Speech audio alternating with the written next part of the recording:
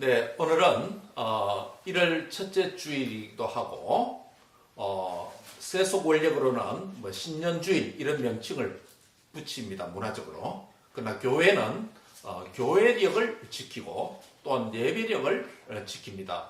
교회력과 예배력 같은 말입니다만은 그것은 무엇을 의미하느냐 하면 예수님께서 이 땅에 오셔서 지상사역을 통해서 저와 여러분의 구원사역을 이루어 주셨는데, 예수님이 이 땅에 출생하신 시간부터 마지막 부활성천까지를 예수님의 전 구속사역의 생애를 다시금 현대 그리스도인들이 주님이 성천하신 이후 초대교회가 계속적으로 오늘날까지 기독교 2000년 역사 동안에 주님의 구원사역을 기억하고 기념하고 그것을 재현해서 은혜를 받는, 예배를 통해서 은혜를 받는 그 원력 시스템을 교회력이다 또는 예배력이다 라고 부르게 됩니다.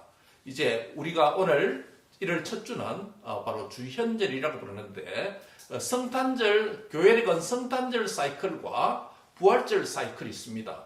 성탄절 사이클은 대강절, 그렇죠. 주님 오심을 기다리는 대강절을 지키고, 그 다음에 대강절 이후에 성탄절을 지키고, 또 성탄절 지나면 1월 첫 주부터 주현절, 첫째 주일, 둘째 주 이어져서 주현절을 지키게 됩니다. 요 세 절기를 성탄절 사이클의 절기다라고 부릅니다. 그 다음에 성탄절 사이클 절기가 끝나면 우리가 부활절 사이클이 이어지는데, 부활절 사이클은 무엇으로 준비하죠?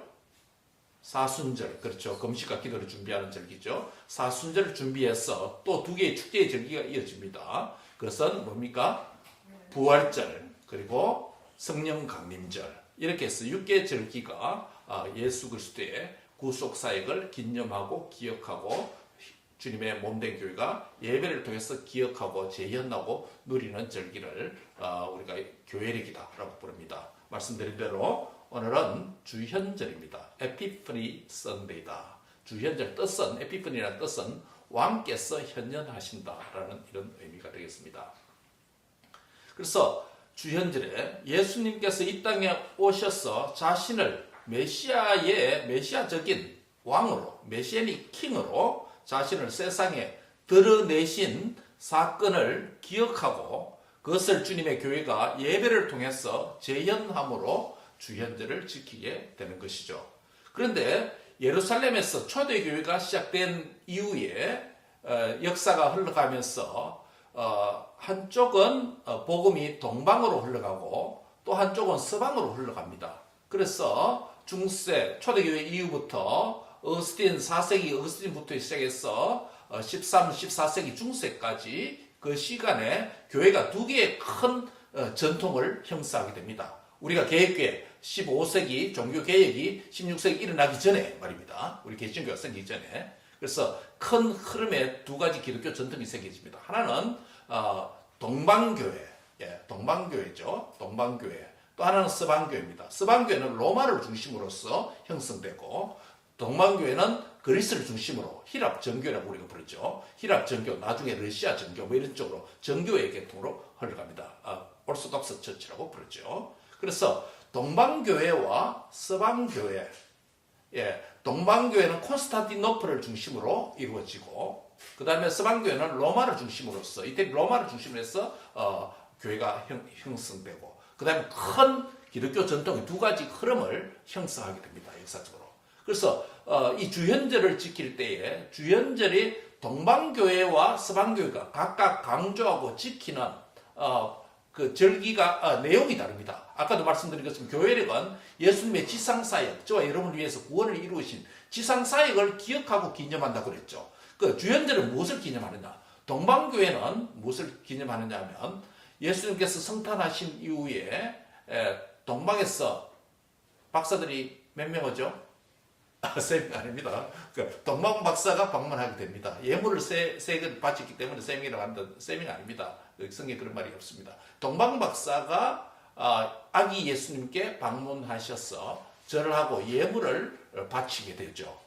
그래서 동방교회는 이 동방 박사가 방문해서 메시아적인 왕으로 자신을 이 땅에 드러내신, 성탄을 통해서 드러내신 그 주님께 예물을 바치고 왕께 절하고 경배하는 이 사건을 기념하는 게 동방교회의 주연절이 되었습니다. 그 다음에 서방교회는 주연절을 어떻게 지내냐. 아까 주연절은 뭐냐면 왕으로 임하심을, 메시아적인 왕으로 임하심을 기념한다 그랬죠. 그 동방교회는 바로 예수님께서 성탄하신 것, 왕으로 임하시면서 동방박사가 와서 예물을 바치고 왕께 경배하는 그 사건을 기념한다면, 서방교회는 예수님의 왕의 현현하심을 어떤 방식으로 무엇을 근거로 해서 지키느냐 하면, 오늘 우리가 읽은 바로 가나 혼인잔치, 예수님께서 공생에 시작하시면서 최초로 메시아로서, 왕으로서 자신의 신분을 기적을 통해서 드러냅니다. 최초의 기적입니다. 그렇죠? 예, 최초의 구속사에게 자신의 왕 되심을, 메시아 되심을, 신적인 아들 되심을 자신이 스스로 드러낸 사건입니다. 예, 그래서 우리가 이 서방교회는 바로 주현절을 가나 혼인잔치에 메시아의 심을 물로 포도주로 만드신 이 사건을 통해서 자신이 메시아의 심을 드러낸 사건을 서방교회가 주현절의 말씀으로, 사건으로 기억하며 지키게 됩니다. 오늘 우리는 주현절을 맞이해서 이 동방교회가 기념했던 동방박사들이 아기 예수님과서 예물을 바치고 절하고 왕께 경배하는 이 사건은 현대교회가 대부분 언제 지킵니까? 예, 성탄절에 다 지킵니다. 그렇죠? 성탄절 다 지킵니다. 그렇기 때문에 우리 교회는 이 주연절을 맞이해서 동방교회가 주연절에 지켰던 그 내용은 우리가 성탄절날 다 커버되는 내용이기 때문에 우리는 오늘 주연절 2025년 주연절을 첫째 주일을 맞이해서 서방교회가 지켰던 주연절의 예수님의 사역, 즉 물로 포도주로 만든 사건을 통해서 자신을 세상에 메시아적인 왕으로 오셨다라는 이 사건을 드러낸 이 가나 혼인잔치의 말씀을 중심으로 우리가 함께 말씀을 상고하고 주연절 첫째 주일에 우리가 은혜를 받고자 하는 것입니다. 이 본문을 선택한 이유를 아시겠죠? 예. 먼저 오늘 본문의 문맥을 살펴볼 필요가 있습니다. 요한은 그의 복음서인 요한복음을 기록함에 있어서 그는 굉장히 시간 개념에 대해서 철두철미한 비교적 정확한 사람으로 그렇게 보여집니다. 왜냐하면 그 시간 개념을 그의 복음서를 기록할 때마다 매우 자세하게 표현하고 있기 때문입니다. 요한복음 1장에는 여러 가지 시간 표현들이 나타나죠. 1장 29절에 보면 이튿날에라는 표현이 있습니다. 그렇죠? 그 다음 1장 35절에 보면 또 이튿날이라고 하는 말씀이 있습니다. 예, 같은 날에 이루어진 사건이란 말이겠죠. 1장 43절에도 보면 이튿날이라고 하는 표현이 또 나타납니다. 세 번의 이튿날에 라는 이 표현으로 시작되는데 이 세 가지 장면은 모두가 둘째 날, 이튿날에 일어난 일들이다 라는 의미가 됩니다. 그럼 첫째 날이 있어야 되겠죠. 무엇을 기준으로 해서 첫째 날인가? 첫째 날의 사건은 무엇을 가리키냐면 요한복음 1장 19절에서 28절에 있는 내용을 가리킵니다. 즉 무엇을 말씀했습니까? 요한이 광야에서 외치는 자의 소리로 오실 예수님, 그렇죠? 오실 예수님. 요한은 길을 준비하는 자고 메시아는 오실 텐데 오실 예수님의 증거한 날을 무슨 날로 본다는 겁니까? 예, 첫째 날로 본다는 것입니다. 그리고 그 날을 기준으로 해서 이제 이튿날 일어난 사건을 요한복음 1장에서 3회 언급하면서 장면들을 이튿날에 있었던 사건들을 기록해 놓았습니다. 이렇게 요한복음이 1장이 구성되고 2장이 이어지게 됩니다. 2장부터 요한복음 마지막까지 쭉 기술하게 됩니다. 그런데 요한복음 20장 30절 31절에 보면 이 요한복음을 요한이 기록한 이유와 목적에 대해서 분명히 밝히고 있습니다. 왜 그가 요한복음을 기록했을까요? 사도 뭡니까? 요한으로서 이 복음서를 마태도 복음서를 기록했고 마가도 복음서를 기록했고 누가도 누가복음을 기록했고 그렇죠? 요한도 요한복음을 기록했습니다. 그렇다면 요한복음을 기록할 때 자신만의 다른 제자들과 다른 어떤 목적과 뜻이 있지 않겠습니까? 그것을 영감으로 정리해서 기록했죠. 그 말씀이 무엇입니까? 20장 30절 31절 같이 한번 읽을까요? 시작. 예수께서 제자들 앞에서 이 책에 기록되지 아니한 다른 표적도 많이 행하셨으나 오직 이것을 기록하면, 즉 기록 이유는 너희로 예수께서 하나님의 아들 그리스도이심을 믿게 함이요 또 너희로 믿고 그 이름을 힘입어 생명을 얻게 함이라. 요약하면 이것입니다. 요한복음을 기록했는데 기록 목적이 무엇이냐면 첫째는 너희로 이것을 믿고 믿음입니다. 두 번째는 뭡니까? 믿고 후에 믿은 후에 무엇을 얻는다? 생명을 얻게 하려는 것이다. 하나는 요한복음 기록해서 앞으로 요한복음을 읽는 독자들이 예수님에 대해서 믿도록 하는 이유가 있고 믿도록 하는 것이고 또 하나는 뭡니까? 믿음으로 결과로서 일어나는 생명을 얻도록 하는 것, 영생을 얻도록 하는 이것 때문에 요한복음을 기록했다라고 말씀하고 있습니다. 그런데 요한복음에 보면 이 요한복음에 기록되지 않은 예수님께서 행하신 많은 기적들이 있다라고 했습니다. 그런데 그 가운데 다 기록하려면 감당할 수 없다는 겁니다. 요한복음에 다 담을 수 없다는 겁니다. 너무 많아서. 그래서 요한은 예수님의 기적 사건을 몇 개만 정리해서 기록합니까? 7가지. 7가지 기록. 7가지 가운데 가왕사나 물소나 뭐 이렇게 외우는 방법이 있는데요. 7개 기적 가운데 첫 번째 기적이 요한복음 2장에 있는 오늘 우리가 읽었던 본문 무슨 내용입니까? 가나 혼인잔치에서 물로 무엇을 바꿉니까? 포도주로 만든 기적을 기록해놨습니다. 그러면 7가지 기적뿐만 아니라 첫 번째 기적도 기록한 이유가 뭐라고요? 이것을 믿고 또 하나는요? 생명을 얻게 하기 위한 것이다. 이 목적이 이 사건을 통해서 이루어져야 된다라는 것을 전제로 한다는 것입니다. 자, 그렇다면 이제 우리가 요한복음 2장에 기록된 가나 혼인잔치의 이 말씀을 통해서 하나님의 아들 그리스도이심을 믿고 예수님께서 하나님의 아들 그리스도이심을 믿고 생명을 얻는 것이 주 목적이라고 한다면 이 사건의 주인공이 누굴까요? 라는 질문입니다. 오늘 본문 요한복음 2장 1절의 시작은 사흘째 되던 날에 라는 시간적 표현으로 역시 시작합니다. 요한복음 2장의 상황에 따르면 이날은 무슨 날입니까? 웨딩 데이입니다. 결혼식 날입니다. 잔칫날입니다. 요한복음 2장 1절은 갈릴리 지역의 가나라고 하는 마을에 혼인 혼례가 있었다라고 말씀하고 있습니다. 신약 성경에서 결혼이라는 단어가 16번 사용됩니다. 그 가운데서 사도 요한이 결혼이라는 단어를 딱 4번 사용합니다. 2번은 어디에서 썼냐 하면 오늘 본문인 요한복음 2장에서 결혼이라고 하는 이 헬라 단어를 2번 쓰고 나머지 2번은 어디에 쓰는지 아십니까? 요한의 책이 여러 개 있죠. 요한 1, 2, 3수도 있고 또 마지막 책 뭐예요? 요한계시록도 썼습니다. 마지막 2번은 어디에서 쓰냐면 요한계시록에 썼습니다.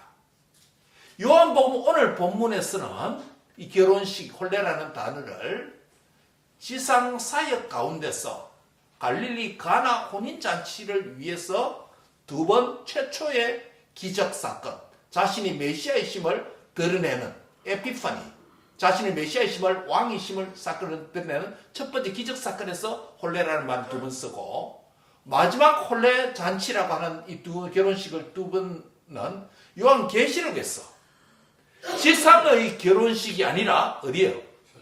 천상에 있는 새하늘과 새 땅에서 어린 양의 혼인 잔치를 위해서 이 2번을 마지막 2번을 사용하고 있습니다. 즉 요한이 쓴 요한 문헌에서 조나인 라이팅스 요한의 문헌에서 결혼식의 단어는 딱 4회만 사용합니다. 모두가 거기에 보면 신랑 가나 혼인잔치에서 신랑이 누굽니까? 신부가 누굽니까? 모릅니다. 익명의 신랑과 익명의 신부가 결혼합니다.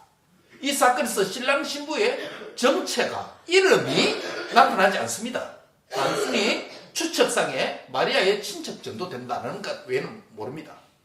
자, 그러면 마지막 두 번 결혼식, 결혼 잔칫날을 사용하는 책인 요한계시록에서 신부는 누굽니까? 우리입니다. 성도입니다. 성도입니다. 암시적이지만 성도입니다. 신랑은 누굽니까? 예수 그리스도입니다. 다시 말씀드리면 가나 혼인잔치, 지상의 결혼식에서 요한이 사용한 결혼식이 두 번 사용된 지상 결혼식인 가나 혼인잔치에서 신랑과 신부의 이름과 정체성이 암시화되고 명쾌하게 명문화되지 않도록 표현한 것은 이 결혼식의 주인공이 누구다? 예수님이라는 걸 강조하는 거예요. 신랑이 주인공 아니에요. 결혼식에 우리 명빈이 앞으로 결혼해야 되잖아. 결혼식의 주인이 누굽니까? 보통 신부가 결혼식의 주인으로 생각합니다. 이 땅의 결혼식. 그렇죠? 예, 신부가 주인이에요. 예, 그날 신부의 날입니다. 웨딩 드레스 입고 화장도 메이크업도 아주 이쁘게 하고, 그렇죠? 그 신부가 초점이 됩니다. 뭐 지상 결혼식. 그런데 매우 흥미롭게 가나 혼인잔치 있을 때 이 결혼식은 신부가 누구인지, 그가 메이크업을 얼마나 아름답게 했다든지, 어떤 웨딩 드레스를 입었다든지, 그가 어떤 꽃을 들고 있었다든지, 신랑이 누구인지, 신랑의 얼굴이 미남이라든지 호남이라든지 이런 표현 전혀 사용하지 않습니다. 이것은 이 문맥이 셋째 날에 있었던 이 사건, 셋째 날에 예수님의 지상사역에서 최초로 기적사역을 베푼 가나 혼인잔치에서, 다시 말씀드리면 주인공이 누구다?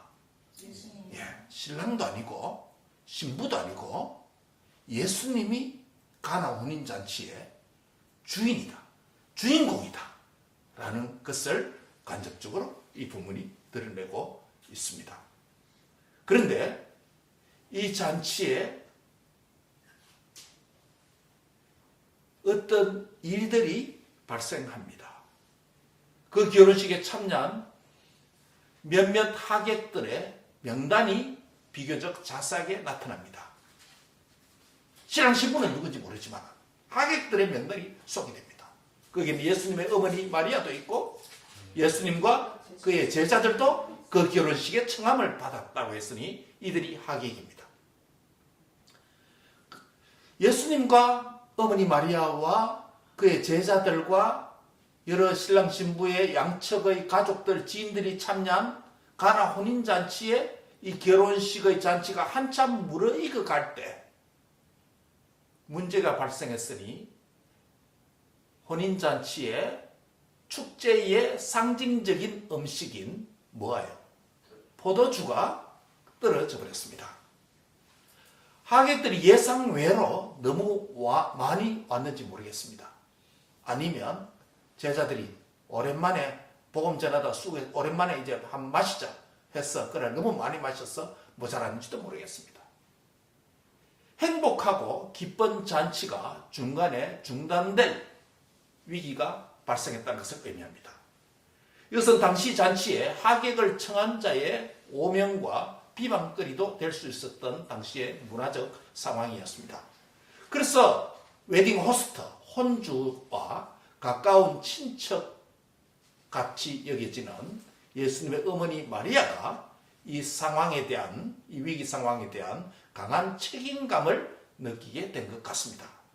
그래서 마리아가 예수님께 말씀하기를 포도주가 떨어졌다, 포도주가 없다 라는 말을 하게 된 이유가 바로 거기에 있는 것입니다.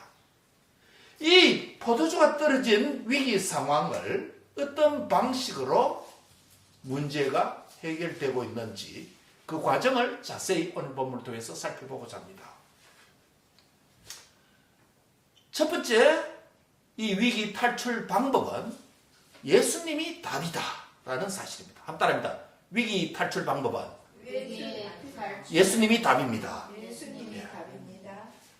마리아가 예수님에게 포도주가 떨어졌다라고 말한 것은 무슨 의미겠습니까? 예수님에게, 아들 예수에게 저 도가에 가서, 주점에 가서 술 좀 사오라, 이 말이겠습니까? 마리아가 적어도 예수님에게 술이 떨어졌다, 강한 책임감을 느끼고 혼주의 입장에서, 혼주와 가까운 관계 안에서 책임감을 가지고 포도주가 떨어졌다, 위기가 발생했다, 이 예수님에게, 자기 아들 예수에게 이 얘기를 한다는 것은 예수님께서 이 문제를 뭐 하실 수 있다? 해결할 수 있다라고 하는 믿음이 마리아에게 있다라는 것을 암시하겠죠. 그럼 대체 마리아는 자기 아들, 자기가 낳은 이 아들 예수에 대한 그 능력을 가진, 하나님의 능력을 가진 그런 존재라는 것을 어느 시점에 마리아는 믿음을 갖게 되었을까요? 성경을 통해서 우리가 몇 가지 추정할 수 있습니다. 하나는 예수님이 잉태되던 과거 사건을 기억하고 있을 것입니다. 그녀가. 그녀의 남편 요셉과 마리아 사이에 아직 동거하지 않았는데 무엇으로 잉태되었죠? 성령의 능력으로 그녀를 덮어서 달수가 참에 아들 예수님이 태어났습니다. 그리고 수태고지를 가브리엘 천사를 통해서 받았을 뿐만 아니라 아들을 낳으면 그 이름을 예수라 하라. 그 뜻은 예수가 자기 백성의 죄에서 그들을 건져내고 구원할 자다라는 이름, 예수아, 자슈아라는 이름을 갖게 되었습니다. 그러면 적어도 마리아는 이 사건만 생각한다면, 출생과 관련된 말씀을 생각한다면 예수님은 자기 백성의 죄로부터 구원할 구원자, 메시아로 오셨다는 사실을 적어도 알고 있습니다. 그리고 그녀가 요셉가에서 부정 모일로 태어난 일반적인 자녀가 아니라 성령에 의해서, 성령의 능력이 그를 덮어서 아기를 출산했으니 이 아이는 하나님의 아들이다라는 것도 알고 있습니다. 또 한 사건 더 있습니다. 예수님의 12살 되들 때에 유월절 지키기 위해서 유대인의 모든 성인 남성들이 예루살렘 성전을 방문해서 그 유월절 제사에 참여하게 됩니다. 그때 예수님도 유월절에 예루살렘을 방문하게 됩니다. 그때 어떤 일이 있었죠? 예루살렘 유월절을 마치고 돌아오는 길에 누가 없었습니까? 예수님이 안 보였습니다. 친척 중에 있겠지 하고 귀가하게 된 겁니다. 나중에 보니까 찾아보니 예수님이 안 보인 겁니다. 12살 된 아들이 안 보입니다. 길을 잃은 겁니다. 길을 잃은 게 아니라, 예수님을 잃어버린 게 아니라 그들이 예수님을 잃어버린 겁니다. 예수님이 잃어버린 로스트가 아니라, 가보니까, 그 길을 따라 가보니까 결국 예수님 어디에 있었습니까? 성전에서 뭐 하고 있었습니까? 제사장들과 이야기를 하고 있습니다. 뭐에 대해서? 성경에 대해서, 진리에 대해서. 그래서 예수님께서 그 장면에서 말합니다. 여자여, 내가 아버지 집에 있어야 될 줄. 아버지 집이 어디입니까? 성전에. 아버지 집에 있어야 되지 알지 못합니까? 저 예수님의 아버지 누굽니까? 하나님. 그 성전에. 그래서 그 성경은 어떻게 끝나냐면, 그 사건은 어떻게 끝나냐면, 마리아가 예수님이 한 그 말을 뭐한다? 기억하고 있었다라고 말합니다.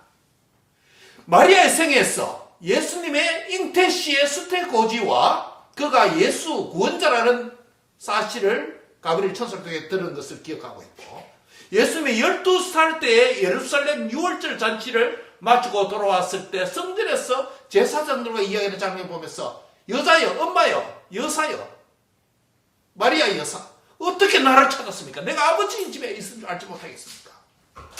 아주 당황스러운 말을 했죠.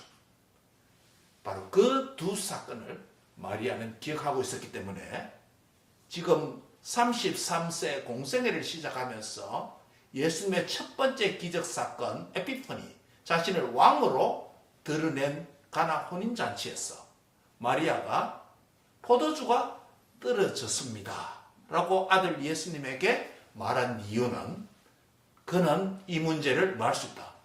해결할 수 있는 하나님의 아들 메시아이다 라는 것을 믿고 있다는 증거가 되는 것입니다.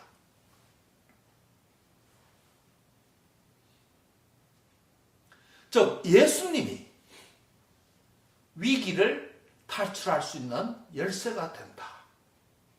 사랑하는 성도 여러분, 오늘도 지상에 성도로서 신앙생활을 하면서 살아갈 때 기쁘고 행복한 일들이 우리의 가정에, 우리의 일터에, 우리의 인생 속에 많이 일어납니다. 그러나 항상 행복하고 웃을 일만 있는 것도 아닌 것이 저와 여러분이 살아가는 인생 여정입니다.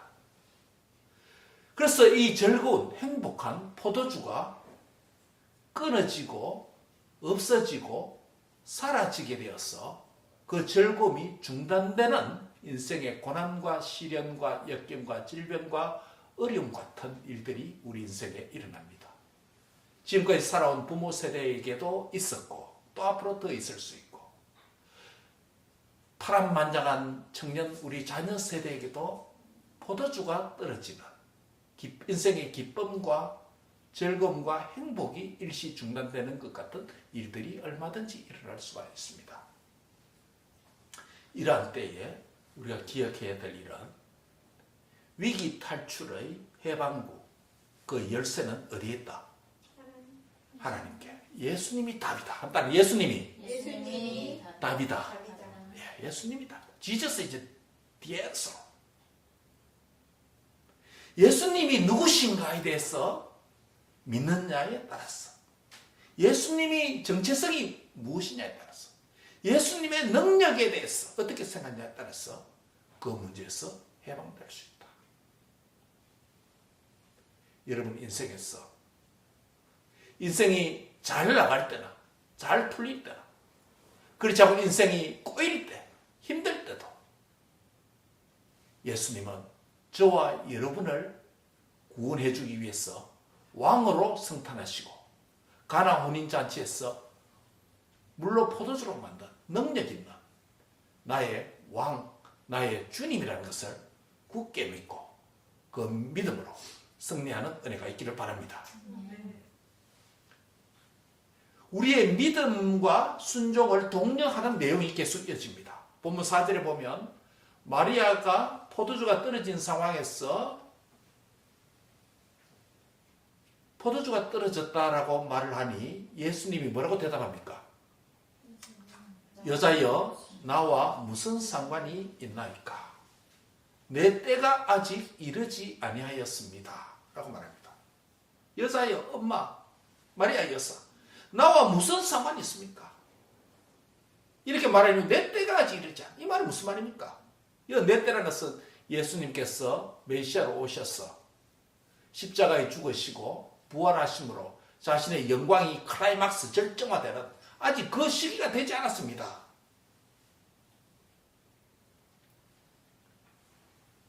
그런데 그럼에도 마리아는 예수님이 아직 능력이 없다는 말이 아니에요. 내 때가 안 됐다 말은 능력이 아직 그러니까 전기가 차지되는 것처럼 충전되지 않았다. 때가 돼야 이 배럴이가 차지되었을 수도 이런 말이 아닙니다. 예수님은 여전히 하나님이십니다. 하나님의 아들이십니다. 그래서 마리아는 계속 자신의 믿음을 표현합니다. 너희에게 무슨 말씀을 하든지 마라. 그대로 하라라고 종들에게 그렇게 말을 합니다.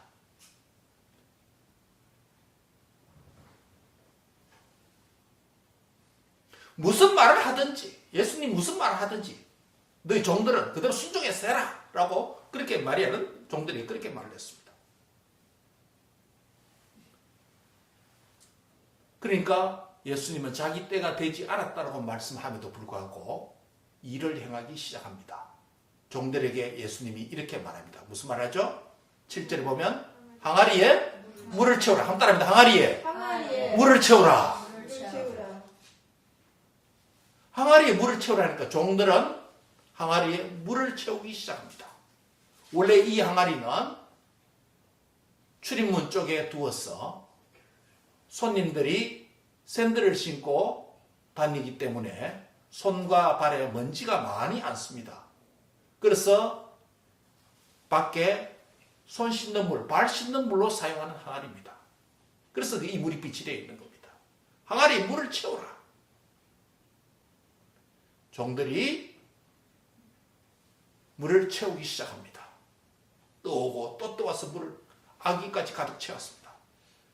그러자 하인들은 그 다음에 예수님께서 어떻게 하라 하실지 궁금하기도 하고 기대하는 마음으로 기다렸을 것입니다. 그런데 예수님께서는 의외로 너무 빨리 마지막 행위에 대한 말씀을 하십니다. 우리가 생각할 때 거기에는 다른 어떤 과정이 좀 더 필요할 법도 한데 물을 채워라. 뭐 다른 게 좀 들어갈 법도 한데 일체 다른 행위는 말씀하지 않고 마지막 행위인 무슨 말씀합니까? 이제 떠서 연회장에게 갖다 주라 라는 말씀을 합니다. 여기서 하인들은 질문이나 어떤 토를 달만한데 의심과 의혹의 순간에 마리아가 그들에게 한 말을 기억했겠죠. 예수님께서 무슨 말씀을 하시든지 너희는 그대로만 해라. 당부를 해놨습니다. 하인들은 그 말을 기억하고 그렇게 순종해서 그렇게 했을 것입니다. 그 결과가 어떻게 되었습니까? 갖다 주니 또 연회장이 나누어 주고 하객들이 마시기 시작했습니다. 연회장이 묻습니다. 물로 된 포도주를 맛보고 어디서 났는지 알지 못하고 하객들의 포도주를 나누어 줬다고 했습니다. 하객들은 잔치의 기쁨에 중단되지 않고 계속 그 즐거움에 동참하는 기쁨을 누리게 되었죠. 연회장은 신랑을 불러서 이렇게 말합니다. 10절입니다. 사람마다 일반적으로 잔치가 일어나면 처음에 정신이 맑을 때 조금 좋은 포도주 내주고 취하면 질이 낮은 포도주를 주어서 하는 것이 일상적입니다. 이건 우리 그 뷔페 가고 또 고기 같은 거 먹으면 뭡니까? 처음에는 고기 빛깔도 좋고 좀 마블링도 잘 되고 이런 걸 주다가 조금 배부르면 팻도 좀 많고 좀 이런 것들이 좀 나올 때는 있습니다. 이 당시 잔치도 그랬다는 겁니다. 아주 질 좋은 포도주는 정신이 말똥말똥할 때 그때 딱 내주고 좀 취하면 질이 낮은 것을 주었어. 뭐 경비도 절감하려고 하는 이유도 있겠고 그렇겠죠. 그런데 세속잔치는 그것이 일상인데 이 잔치 끝까지 좋은 포도주만 나왔다. 대체 어떤 일인가? 질문을 하게 됩니다. 이 잔치는 처음부터 마지막까지 계속적으로 좋은 포도주판이었습니다. 다른 결혼식 잔치와 차별이 있었습니다. 갈릴리 가나 혼신 잔치는 포도주로 대표되는 상징되는 잔치의 기쁨과 즐거움이 중단되지 않고 충만한 기쁨의 잔치가 되었습니다. 무엇 때문입니까? 거기에 누가 있었습니까? 예수님이 계셨기 때문이다. 이 잔치의 주인공이 누구다? 예수님이 계셨기 때문이다. 우리가 이 본문을 읽고 들으면서 우리에게 주는 교훈이 무엇일까요? 첫째는 예수님만이 인생의 모든 위기, 문제를 탈출하게 하는 열쇠가 된다라는 말씀입니다. 앞서 말씀드렸습니다만 왜 그렇습니까? 예수님이 왜 유일한 열쇠입니까? 예수님은 사람이 아니라 누구다? 하나님의 아들 곧 메시아의 능력을 갖고 계신 분이다. 마리아가 그렇게 믿었던 것처럼 또 마리아가 종들에게 그가 무슨 말씀을 하시는지 너희는 그대로만 해라 라고 지시를 내렸던 것처럼 예수님의 말씀대로 마리아의 명령대로 종들이 그대로 순종했던 것처럼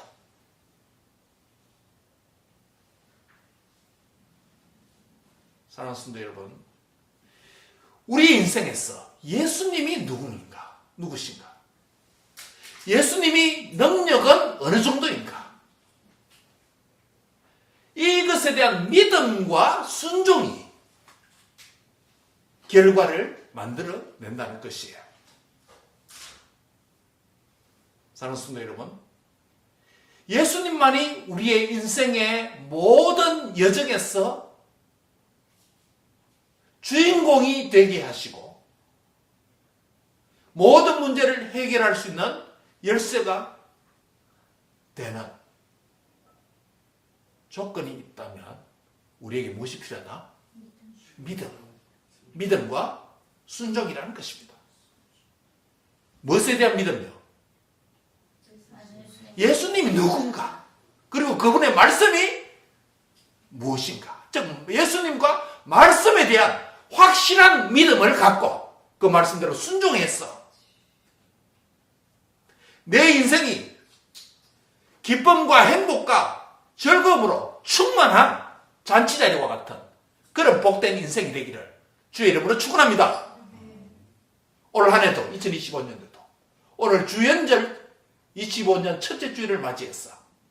올 한 해 새말까지 예수님이 어떤 분인가, 예수님의 능력이 어느 정도인가, 예수님과 그분의 말씀에 대한 확실한 믿음과 그 말씀의 순종을 통해서 내가 내 인생의 주인이 아니라, 내가 올 한 해의 주인이 아니라, 내가 내 일태와 내 인생의 주인이 아니라, 내 현재와 미래의 주인이 아니라 예수님이 올 한 해에 저와 여러분의 주인공이 되기를 바랍니다. 예수님께서 올 한 해 우리 남은 인생에 주인이 되는 은혜가 있기를 바랍니다. 그것은 어떤 방식으로 주인이 될 수 있습니까? 예수님과 그분의 말씀에 대한 믿음과 순종을 할 때 예수님을 주인공으로 만들 수 있다는 겁니다. 내가 내 인생의 주인공이 되면 그렇게 빛을 못 드러냅니다. 조금 세상 영광을 드러낼 수는 있습니다. 그러나 내가 내 주인됨을 포기하고 내려놓고 예수님 저 이제 주인공, 내 인생의 주인공 안 할랍니다. 주님이 내 인생에 들어오셔서 주인공이 되어주세요. 주님을 드러내겠습니다. 올 25년도 미지의 세계, 불확실한 세계로 나아갑니다. 내가 내 인생의 주인의 자리에 앉지 않겠습니다. 주님께서 올 한 해 제 인생의 왕의 자리에 주님이 앉아주세요. 다스려주세요. 주님의 뜻에 합당한 대로 통치해주세요. 그래서 풍성한 결과가 있는, 열매가 있는, 많은 사람들에게 기쁨과 행복함을 주는 축복된 삶이 되게 해주세요. 아멘. 바로 주연절 말씀에 예수님이 답이다. 예수님이 열쇠이다. 예수님이 내 인생에 올 한 해 주인공으로 모시는 복된 은총이 함께하기를 바랍니다. 두 번째 교훈은 예수님의 관심의 초점은 어디에 있을까요? 이 사건을 통해서. 예수님께서 이 사건을 통해서 포도주가 떨어지지 않도록 무한 공급하는 자신의 능력을 보이기 위한 겁니까? 그렇지 않으면 어머니 마리아가 말했으니 효도 차원에서 어머니에게 순종하고 이웃 어른들에게도 공경의 표시를 하고 우리 어머니 잘 돌봐주고 우리 아버지 잘 돌봐주니까 아들로서 이웃 어른들을 좀 섬기기 위해서 포도주 만들어 주었습니까? 그게 초점이 아니에요. 그 초점은 마지막 11절에 있습니다. 예수님이 그를 뭐하니라? 제자들이 그를 믿으리라 라는 말이 있습니다. 이 사건의 초점은 아까 요한복음 20장 30절 31절에 요한복음이 기록 목적과 일치합니다. 이 본문 읽는 자들, 이 사건을 직접 경험한 제자들, 결국 그들이 이 사건을 통해서 뭐 하기 위한 겁니까? 예수님이 누구신가를 믿도록 하는 데 있다는 것이에요. 초점이 여기 있습니다. 믿음입니다. 이 사건을 통해서 예수님이 제자들로 하여금 메시아 왕의 힘을 믿는 일입니다. 우리의 이 땅에서 수많은 기적을 경험하고 신앙의 간증을 하고 내가 개인적으로 하나님의 살아계심을 많이 체험하는 일을 한다 할지라도 또 내 인생에서 기적을 많이 경험한다 할지라도 기적 자체가 목적이 아닌 거예요. 나에게 일어난 기적들과 옆에 있는 성도들의 인생 속에서 일어난 하나님께서 일으킨 기적들을 통해서 이야, 기적 대단하네. 예수님 대단하시네. 우리가 다르네. 이 정도에서 끝나는 게 아니라 기적의 목적은 뭐다? 예수님이 누구인가를 믿게 한 거야. 믿음이 성장되지 않고 믿음이 자라가지 않고 기적 많이 봤다고 해서 그거 좋은 게 아니에요. 믿음이 약한 사람이 도리어 기적이 많이 일어날 수 있습니다. 안 믿으니까. 여러분은 하나님의 말씀을 읽고 하나님 말씀 속에 나타난 기적을 믿고 그 기적을 행하신 분이 예수님이다. 예수님을 말씀을 통해서 그분을 바로 믿는 건강한 믿음을 소유하시기 바랍니다. 예. 제자들이 그를 믿습니다. 성경을 읽으면서도 예수님을 믿으시기 바랍니다. 성경을 읽고 난 뒤에도 예수님을 믿으시기 바랍니다. 미지의 세계에 불확실한 2025년도 1월 첫 주에서 12개월을 살게 됩니다. 어디로 가야 될지 때로 모릅니다. 어떤 일들이 장애물들 앞에 놓여 있을지도 모릅니다. 내가 감당할 수 있을지 감당할 수 없을지 힘들 어려움도 있을지 모릅니다. 그러나 잘 나가든지 잘 못 나가든지 예수님이 누구신지 예수님에 대한 확실한 믿음으로 승리하는 한 해가 되기를 축복합니다. 예. 믿음이 자라가는 나의 믿음이 성장하는 데 초점이 있기 바랍니다. 감사한 것은 10월달부터 11월, 12월 3개월간 성경 다독 대회를 했는데 우리 한 성도가 또 이렇게 기정해서 이렇게 했습니다. 말씀을 많이 읽으신 건 너무 감사합니다. 너무 감사합니다. 그래서 올 한 해 25년도는 이제 1월부터 한 해 동안 제가 상가를 한 1000불 정도 걸려고 합니다. 그래서 한 달, 1년 동안 성경을 좀 많이 읽으시기 바랍니다. 아멘? 성경을 정독하는 것도 필요합니다. 조금씩 묵상하면서 정독하는 것도 필요하고 다독도 필요합니다. 왜냐하면 다독하면 정독을 한 권 읽다 보면 과거 내용 다 잊어버렸습니다. 근데 정독을 단기간에 하면 다독을 단기간에 하면 성경의 주제가 한꺼번에 확 드러납니다. 그 은혜가 있습니다. 그다음 그러면서 또 정독하고 묵상하고 할 때 은혜가 되는 것입니다. 사랑하는 성도 여러분, 올 한 해 성경을 좀 많이 읽으시기 바랍니다.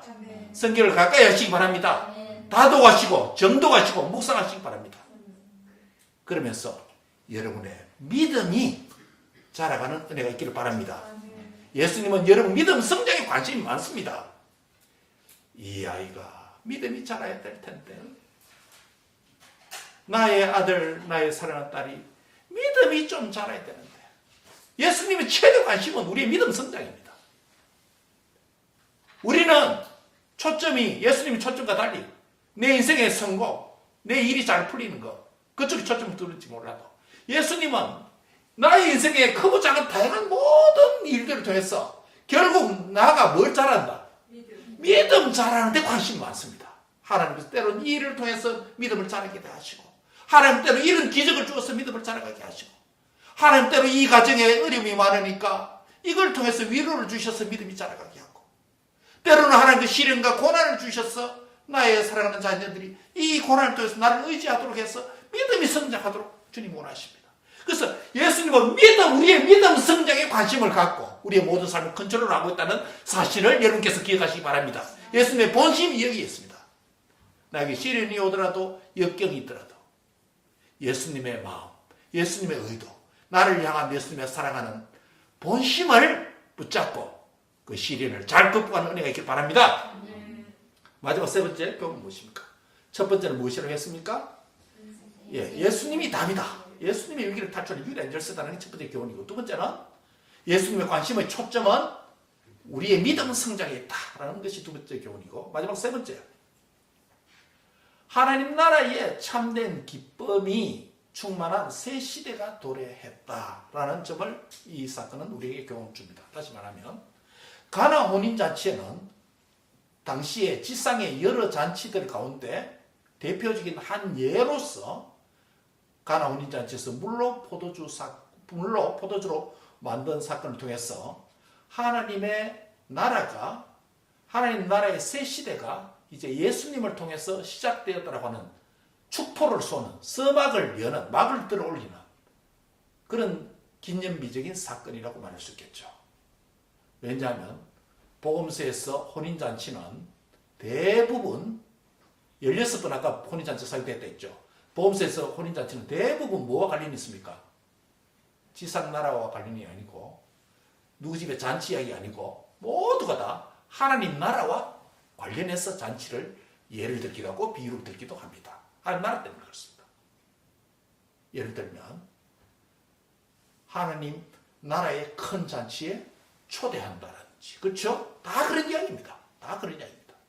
그래서 가나 혼인잔치 이 사건은 하나님 나라가 시작되었다. 새 시대가 돌아왔다는 축포를 쏘아서 서막을 여는 그런 의미 있는 사건이라는 것이죠. 우리가 요한복음을 통해서 오늘 주연절 첫째 주일에 가나 혼인잔치의 이 사건을 통해서 마지막 교훈을 얻는 것은 이제는 하나님의 나라가 우리 인생의 목표가 되어야 된다는 것입니다. 하나님 나라가 시작되었으니 지금까지 살아온 성도들은 이제 하나님 나라에 들어갈 일이 얼마 남지 않았으니 어린 양의 혼인잔치에 정말 영광스러운 신부로 참여하기 위해서 믿음을 잘 준비해야 됩니다. 아멘.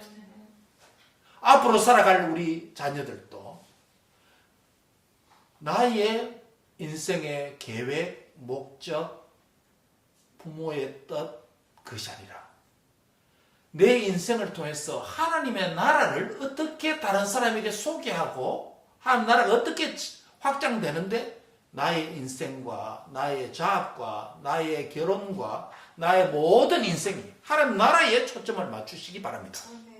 합달합니다. 너희는 먼저 그의 나라와 그 의를 구하라. 그리하면 이 모든 것을 너희에게 더하시리라.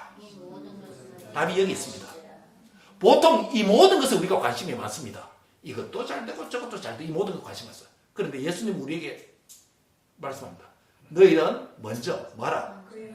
먼저 하나님의 나라와 하나님의 의를 먼저 구하는 인생이 되라. 그러면 다른 것은 내가 다 준다.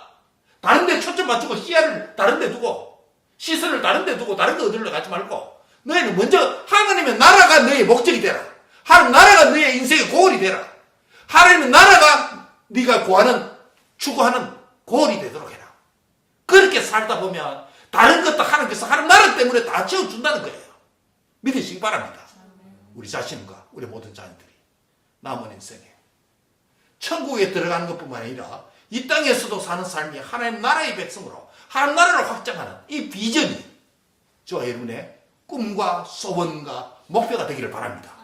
먼저 그의 나라와 그의 의를 위해서 살다 보면 하나님 앞에 예배 중심으로 살고 예배 신실하고 하나님 나라에 대한 비전대로 순종하고 살다 보면 하나님께서 다른 것들은 다 인생 문제 해결해 준다는 거예요. 너희는 먼저 그의 나라와 그의 의를 구하라. 우리 자녀들 같이 한번 따라합시다. 너희는 먼저 그의 나라와 그 의를 구하라. 그리하면 이 모든 것을 너희에게 더하시리라.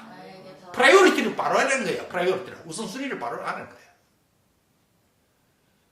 우리 목회 기도 가운데 우리 교회 지난번 5개인데 6가지 마지막에 하나 되어 있습니다. 하나님을 신실하게 믿고 하나님의 영광을 위해서 살아가는 다음 세대의 언약의 자녀 공동체가 되게 하소서. 오늘 이 기도 제목 추가했습니다. 우리의 자녀들이 여기 다 참석하지 않았지만은 한지 구석에 2명, 3명 다 있지 않습니까? 우리 모든 언약의 자녀들이 크든 작든 다음 세대 하나님을 잘 믿고 지상에 살면서 하나님의 영광 위해서 목표를 위해서 그 나라와 그 의를 위해서 살아가는 이 골에 맞춰서 살아가는 다음 세대 언약의 자녀 공동체가 되게 하소서. 이게 부모된 저와 여러분의 간절한 기대와 소망이 되기를 주의 이름으로 축복합니다. 기도하겠습니다. 하나님 감사합니다. 에피파니 주연절 첫째 주일에 서방교회가 지켰던 가나 혼인잔치에 예수님의 메시아로서 왕으로서 드러낸 최초의 기적 사건을 통해서 오늘 우리에게 귀한 교훈의 말씀을 주심을 감사합니다. 한 해 첫 주에서 마지막 주까지 달려갈 것입니다. 어떤 일들이 우리 앞에 펼쳐져 있고 어떤 일들이 우리에게 일어날지 아무도 알지 못합니다. 그러나 오직 한 가지, 예수님은 나의 구주, 나의 하나님인 것을 믿습니다. 예수님께서 나의 답과 열쇠가 되는 줄 믿습니다. 말씀과 순종으로 나아가는 한 해가 되도록 주님 역사해 주옵소서. 또는 하나님의 나라가 내 인생의 목표와 골이 되도록 인도해 주시옵소서. 예수님의 이름으로 기도합니다. 아멘.